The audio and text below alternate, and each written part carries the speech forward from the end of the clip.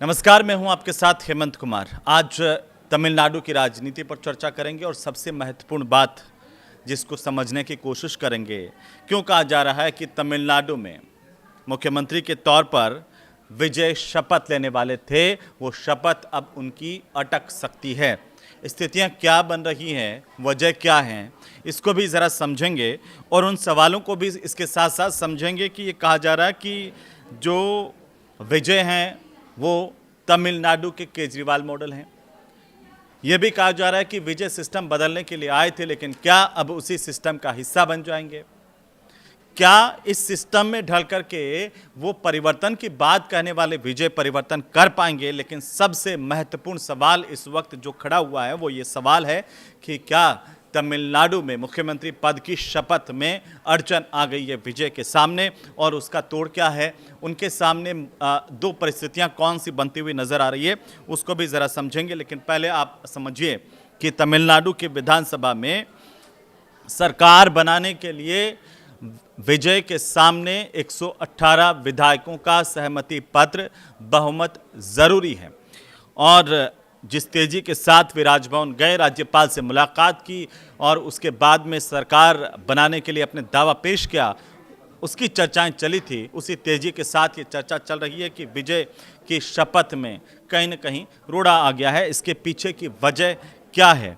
क्योंकि टीवीके के पास से कुल 113 विधायक और यहाँ पर बहुमत का आंकड़ा है 118 का, तो ऐसे में विजय के सामने रास्ते क्या हैं? यह बहुत महत्वपूर्ण सवाल है दोस्तों, और आज ज़रा इस पर गौर फरमाइए कि तमिलनाडु में 7 मई को नई सरकार का शपथ ग्रहण समारोह होने वाला था, लेकिन अब खबरें आ रही हैं कि वो टल सकता है या टलता हुआ नज़र आ रहा है। लेकिन जो टीवीके के चीफ हैं विजय, उन्होंने राज्यपाल से मिलकर सरकार बनाने का दावा इससे पहले पेश किया था। सूत्र बता रहे हैं कि 113 विधायकों का जो समर्थन पत्र है वो उन्होंने राज्यपाल को सौंपा, टीवीके ने सौंपा, और समर्थन पत्र में टीवीके के कुल मिलाकर के जो 107 विधायकों का समर्थन पत्र और कांग्रेस के मिला लें 5, तो कांग्रेस के 5 विधायकों के हस्ताक्षर हैं उनके समर्थन में। यानी कि ये बात कि कांग्रेस वहाँ पर तमिलनाडु में विजय को समर्थन दे रही है, सरकार में शामिल होगी, लेकिन अड़चन दूसरी है। अड़चन दूसरी क्या है? क्योंकि सूत्र ये कह रहे हैं, मीडिया रिपोर्ट्स ये कह रही हैं कि जो राज्यपाल हैं तमिलनाडु के राजेंद्र अर्लेकर, उन्होंने 118 विधायकों का समर्थन पत्र देने की बात कही है। उन्होंने ये मांग की है कि विजय 118 विधायकों के बहुमत का समर्थन राज्यपाल को सौंपे और तभी वो सरकार बना सकते हैं।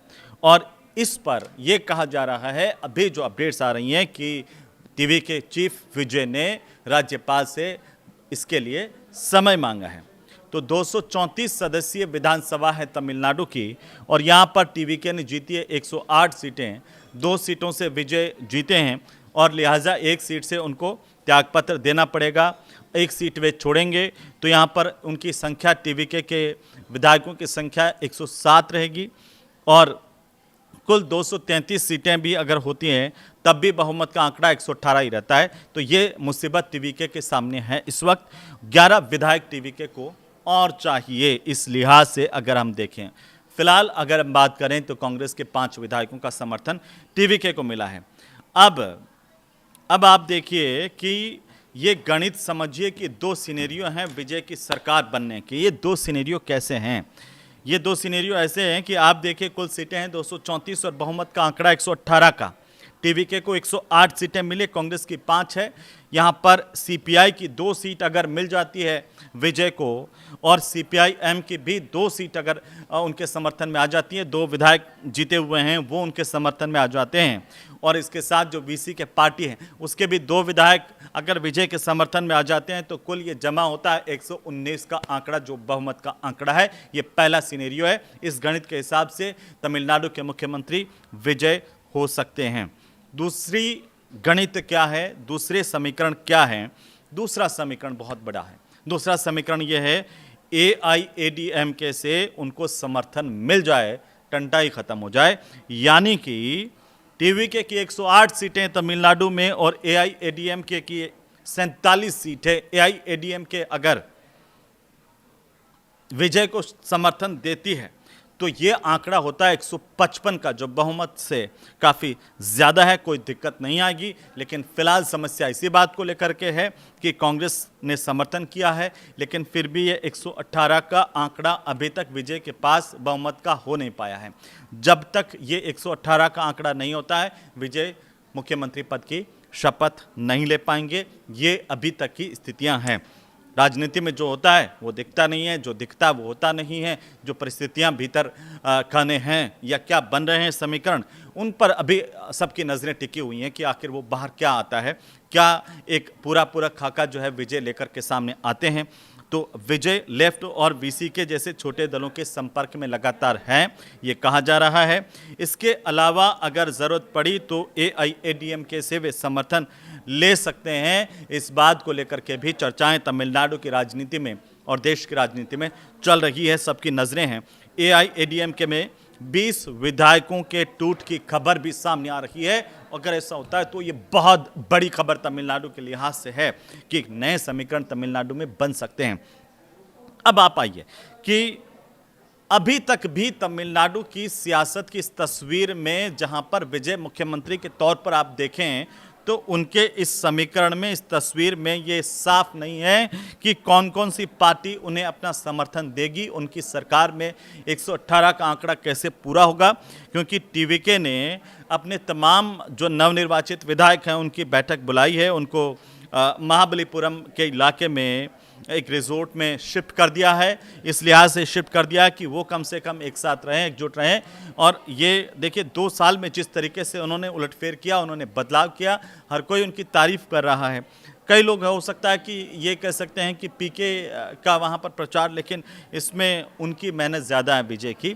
और विजय चूँकि जाने माने अभिनेता हैं साउथ के, तो ऐसे में जनता उन्हें भगवान मान रही थी। उन्होंने जनता से कई ऐसे वादे किए थे कि वे इस राजनीति को बदल देंगे, ठीक उसी तरह से जैसे अरविंद केजरीवाल ने दिल्ली में कहा। आम आदमी पार्टी की तरफ से शुरुआती जब चुनाव होने थे तब उन्होंने ये जनता से वादा किया था। और इसीलिए यह कहा जा रहा कि तमिलनाडु की राजनीति में अरविंद केजरीवाल की इसी भूमिका में विजय इस वक्त हैं, क्योंकि उन्होंने एक बड़ा मुकाम हासिल किया है।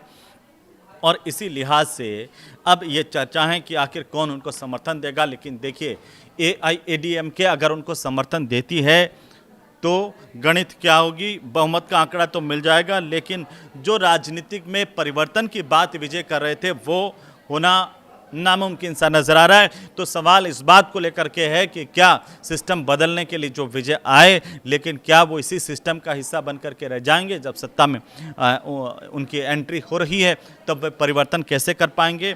और जिन लोगों के खिलाफ उन्होंने बात की, चाहे वो CPIM हो, CPI हो या VCK हो या और बाकी की पार्टियां हों, तो अगर उन्हीं का समर्थन लेकर के वे सरकार में आएंगे तो क्या उन्हें कुछ समझौते करने पड़ेंगे। फिर उनके अपने वादों का क्या होगा।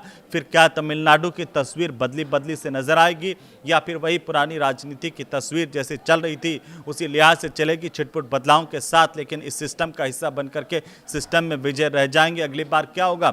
लेकिन उससे पहले तो सवाल यही है कि CM की कुर्सी पर विजय के सामने कितने कांटे हैं, कितनी अड़चने हैं, क्योंकि जो बहुमत का आंकड़ा है वो अभी तक उनके सामने है और वो पहाड़ सी संख्या के तौर पर उनके सामने खड़ा हुआ है। हालांकि राजनीति में आप देखिए कि कुछ भी कहना जल्दबाजी इस बात को लेकर के होगी कि कौन उन्हें समर्थन दे रहा है, कौन नहीं दे रहा है।